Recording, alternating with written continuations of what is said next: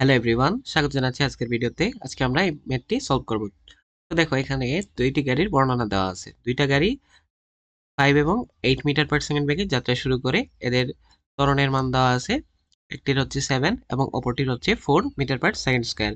এবং এখানে বলে দিছে তারা একই সময়ে গন্তব্যে পৌঁছে। তো এখন মনে করো এই হচ্ছে একটা গাড়ি এ আর এই হচ্ছে একটা গাড়ি বি। তো এ এবং বি দুইটা গাড়ি হচ্ছে আমাদের এখানে যাত্রা শুরু করছে একই সময়ে। ঠিক আছে? তো একই সময়ে যাত্রা শুরু করে এরা এই লাইন বরাবর তাদের প্রতিযোগিতাটা শেষ হয়েছে বা তারা গন্তব্যে পৌঁছেছে।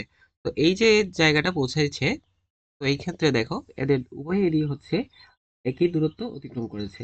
অর্থাৎ উভয়ের দূরত্ব সেম। তারা এই জায়গা থেকে যাত্রা শুরু করেছে এবং যে জায়গায় পৌঁছাইছে সেই জায়গার দূরত্ব সেম। তার মানে কি এখানে আমরা বুঝতে পারতেছি যে প্রথমে ম্যাপটা দেখে যে এরা ক্ষেত্রেই সেম। ঠিক আছে? তো এখানে আমরা কি কি বুঝলাম ম্যাপটা দেখে, যে দূরত্ব সেম। ঠিক আছে? দূরত্ব এস দুইটা গাড়ির ক্ষেত্রেই সেম হবে। এবং এখানে কি বলে দিছে একই সময়ে পৌঁছাইছে। তার মানে কি এরা ধরলাম আমি টি সময় পরে, আমরা ধরি গাড়ির দুইটি টি সময় পরে, ধরি গাড়ি দুটি টি সময় পরে গন্তব্যে পৌঁছায়। ধরি গাড়ি দুটি পর টি সময় পর কি হয় গন্তব্যে, টি সময় পর গন্তব্যে পৌঁছায়। তো টি সময় পর যদি তারা গন্তব্যে পৌঁছায় তাহলে তাদের ত্বরণের মান দেওয়া আছে। এখন আমাদের কি বের করতে হবে? আমাদের প্রথমে সময় বের করতে হবে, তারপরে দূরত্ব বের করতে হবে। ঠিক আছে? তো আমরা এখানে বুঝে গেলাম যে এখানে সময় এবং দূরত্ব দুটি হচ্ছে কি সমান। তো এখানে আমাদের ম্যাথ সলভের ক্ষেত্রে আমরা কি করব? আমরা হচ্ছে প্রথমেই ডাটাগুলো লিখে ফেলবো যে কি কি দেওয়া আছে। তো এভাবে লিখবো যে প্রথম গাড়ির ক্ষেত্রে কি কি দেওয়া আছে।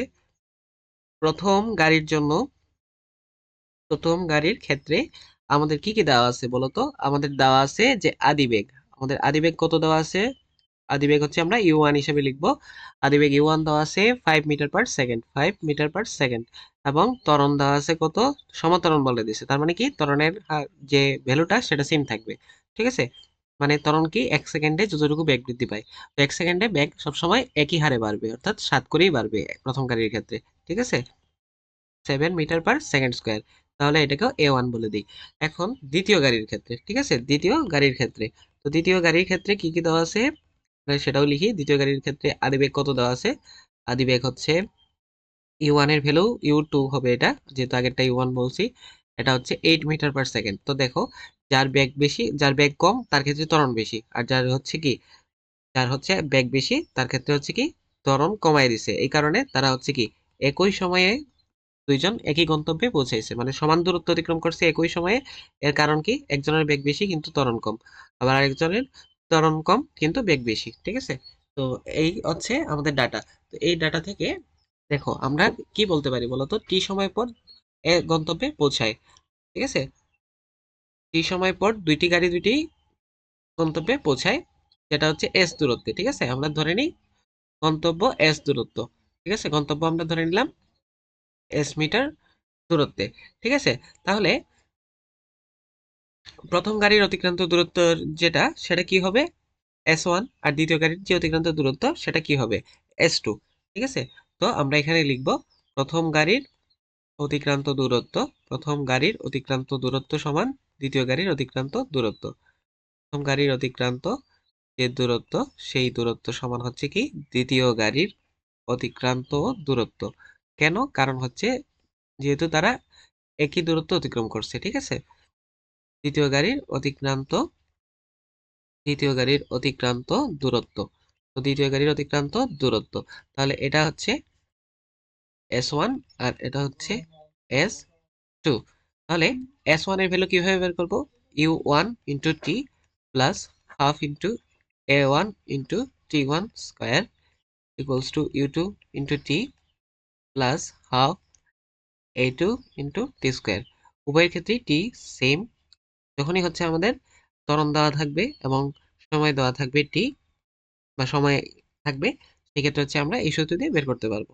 তো এখানে আমরা হচ্ছে u1 এর ভ্যালু জানি, এটা হচ্ছে 5 into T plus half into a1 এর ভ্যালু হচ্ছে 7 টি স্কোয়ার প্লাস এটা হচ্ছে কত 8 আর 4, তাহলে 8 টি plus half into 4 into T square.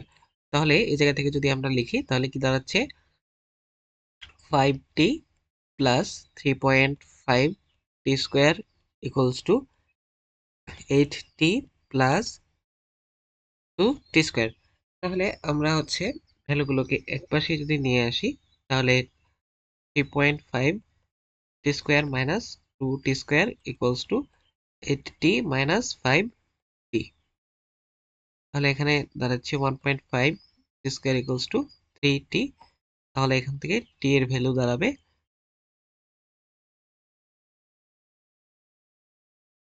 দাঁড়াবে হচ্ছে 3 ডিভাইডেড বাই 1.5, তার মানে 2 সেকেন্ড।